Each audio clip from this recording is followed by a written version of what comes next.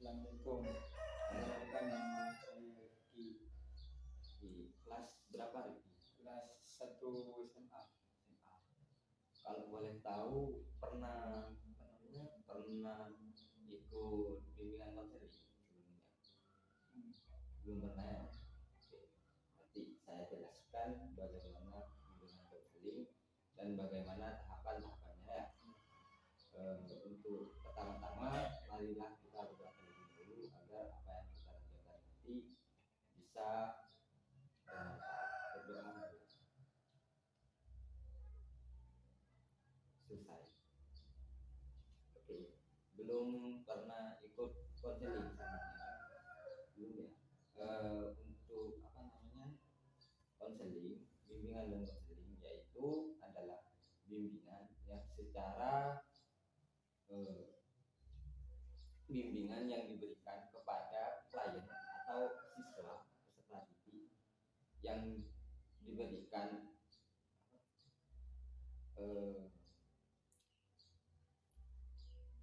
dalam bentuk pemikiran.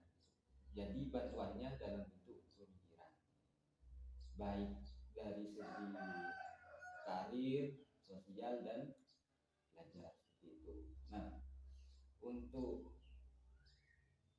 tahapan-tahapannya yaitu tahapan pembukaan seperti kita barusan ya, dibuka dengan doa salam. Yang kedua yaitu dibuka dengan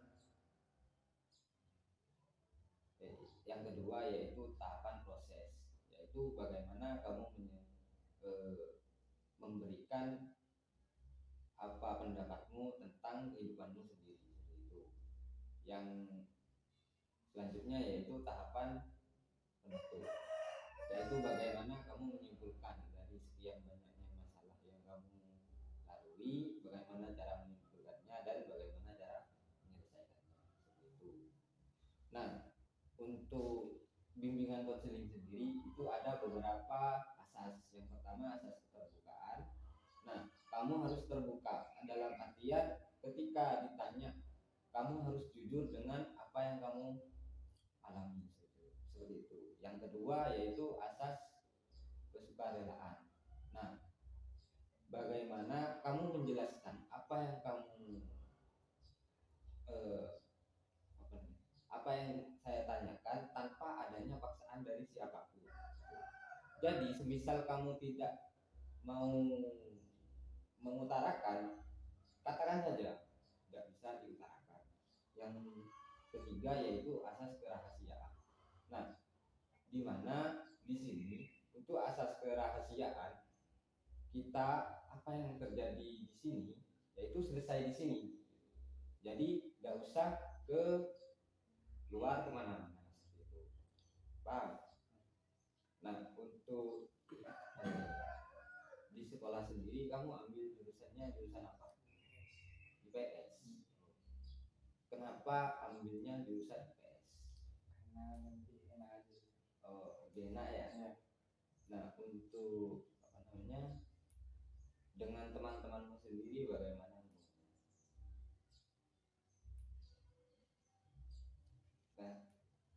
Sulit ya? Nah, apakah ada permasalahan yang memang serius dalam pertemanannya?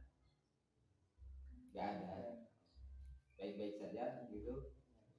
Nah, untuk permasalahan belajar bagaimana? Apakah ada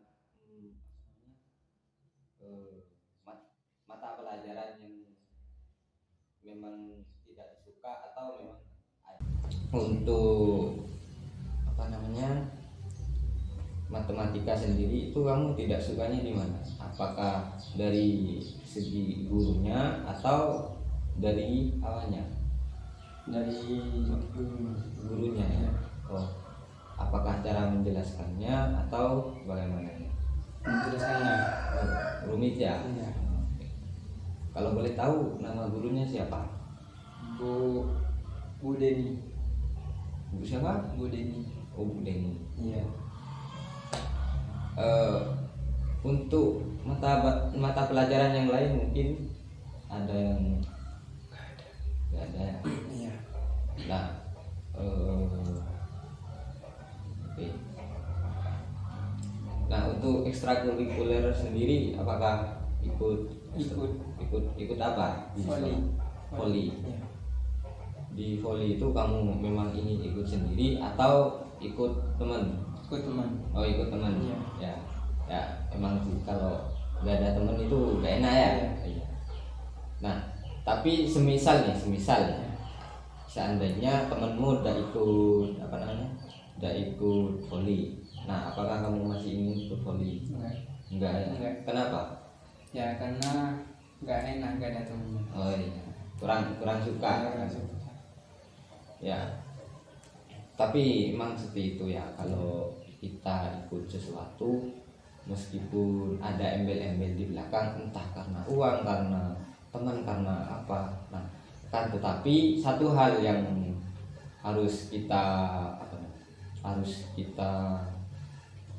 tekuni, yaitu ketika kita sudah nyebur kepada suatu bidang, kita harus menekuninya sambil terus menerus gitu. Jadi jangan setengah-setengah, karena kalau kita menekuni sesuatu itu setengah-setengah, sama halnya kayak jagung.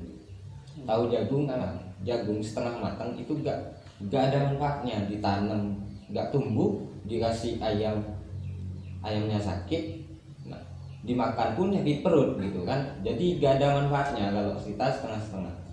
Ya sekali nyebur mandi sekalian kan gitu. Nah, jadi pesan saya, ketika kamu sudah menekuni olahraga voli, jadi tekunilah meskipun temenmu berhenti. Nantinya di voli juga pasti akan ada teman-temanmu yang baru kan, seperti itu. Meskipun temanmu yang lama sudah berhenti, itu ya. Nah, untuk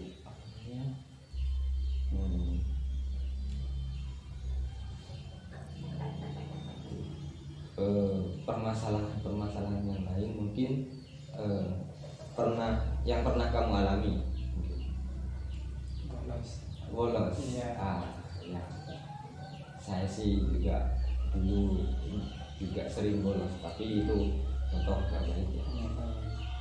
Kenapa sering bolos? Malas aja itu. Malas ya. Iya. Diajak temen nggak atau Dia teman. Iya. Kalau boleh tahu bolosnya ke mana? Ke warung. Iya, nongkrong. Hah? Nongkrong ya. Iya. Iya sih ya. Lebih asik nongkrong ya. Iya. Nah, ketika kamu bolos, apa yang kamu pikirkan? Gitu. Berpikir tentang diri sendiri kah, atau tentang yang kamu pikirkan? Ya takut sih. Takut ketahuan. Ya, satu sisi kita ingin refresh ya, kita ingin kita ingin istirahat dari kegiatan kita. Nah, satu sisi kita harus menjalankan apa yang menjadi kewajiban kita. Nah, jadi ketika kita sudah melakukan suatu hal, maka lakukanlah itu. Entah apapun hasilnya, itu belakangan begitu. Jadi jangan sampai ketika kamu ingin berangkat sekolah, habis itu kamu bolos. Nah, jangan sampai niatnya dari awal sekolah terganggu dengan perilaku bolosnya gitu. Nah, sehingga apa yang kamu dapatkan bisa barangkali seperti itu ya. Nah, sejak kapan kamu sering membolos? Sejak kemarin ya.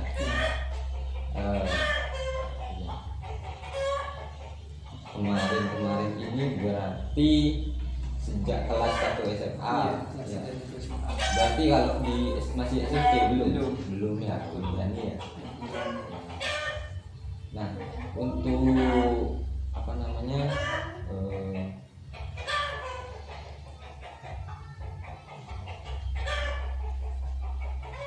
berarti kamu masih perilaku membolosnya masih belum 1 tahun Iya. atau belum ya. Berarti ketika kamu sudah SMA kamu baru berani bolos itu. Berarti ketika SMP sama SD belum berani. Nah, berarti di situ ada 2 kemungkinan. Yang pertama, kamu memang tidak ingin melakukannya. Yang kedua, belum ada teman yang sama untuk melakukannya. Seperti itu. Nah, beberapa dari saya, seorang teman yang baik pasti akan mengajakmu kepada kebaikan. Ya. Nah, ketika ada temanmu ingin bolos, ingin ngajak kamu, nah, kamu sebisa mungkin menolaknya dengan halus ya. Meskipun tidak menolaknya, entah kamu bilang masih ada janji lah sama temenmu, atau kamu bilang ada apalah gitu kan bisa ya untuk menolaknya.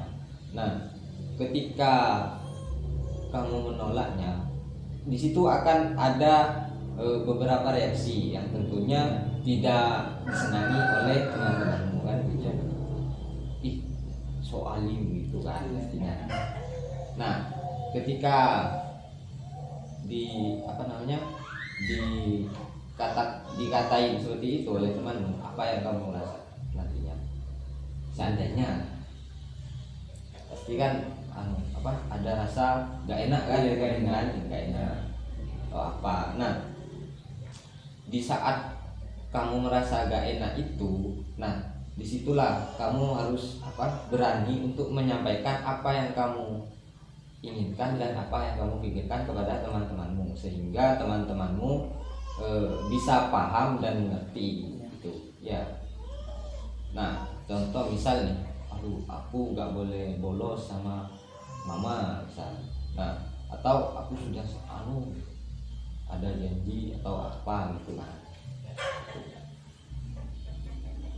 Nah, untuk masalah-masalah di luar sekolah bagaimana? Masalah di luar sekolah. Iya. Entah masalah pertemanan di luar sekolah atau masalah-masalah yang lain, mungkin bisa menjadi akar atau bagaimana? Ya, masalah di luar sekolah sih ada masalah sih. Ya, apa itu? Ya, Sulit ya.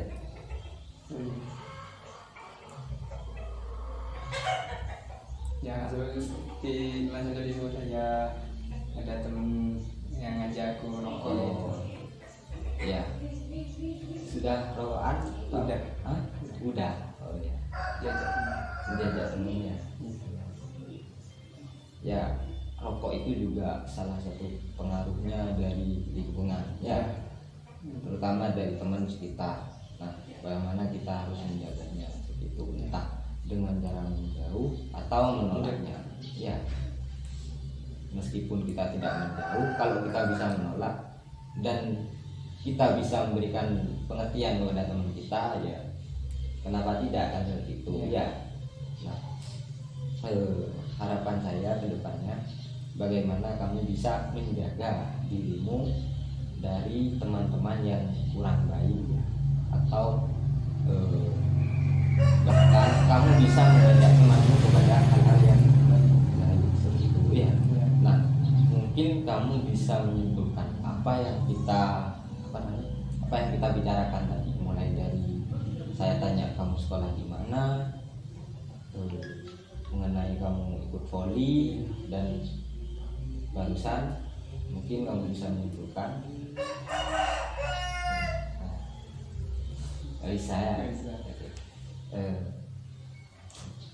Pertama ya, yang saya simpulkan bahwa ketika saya rasa kamu masih belum bisa sepenuhnya untuk mengambil keputusan.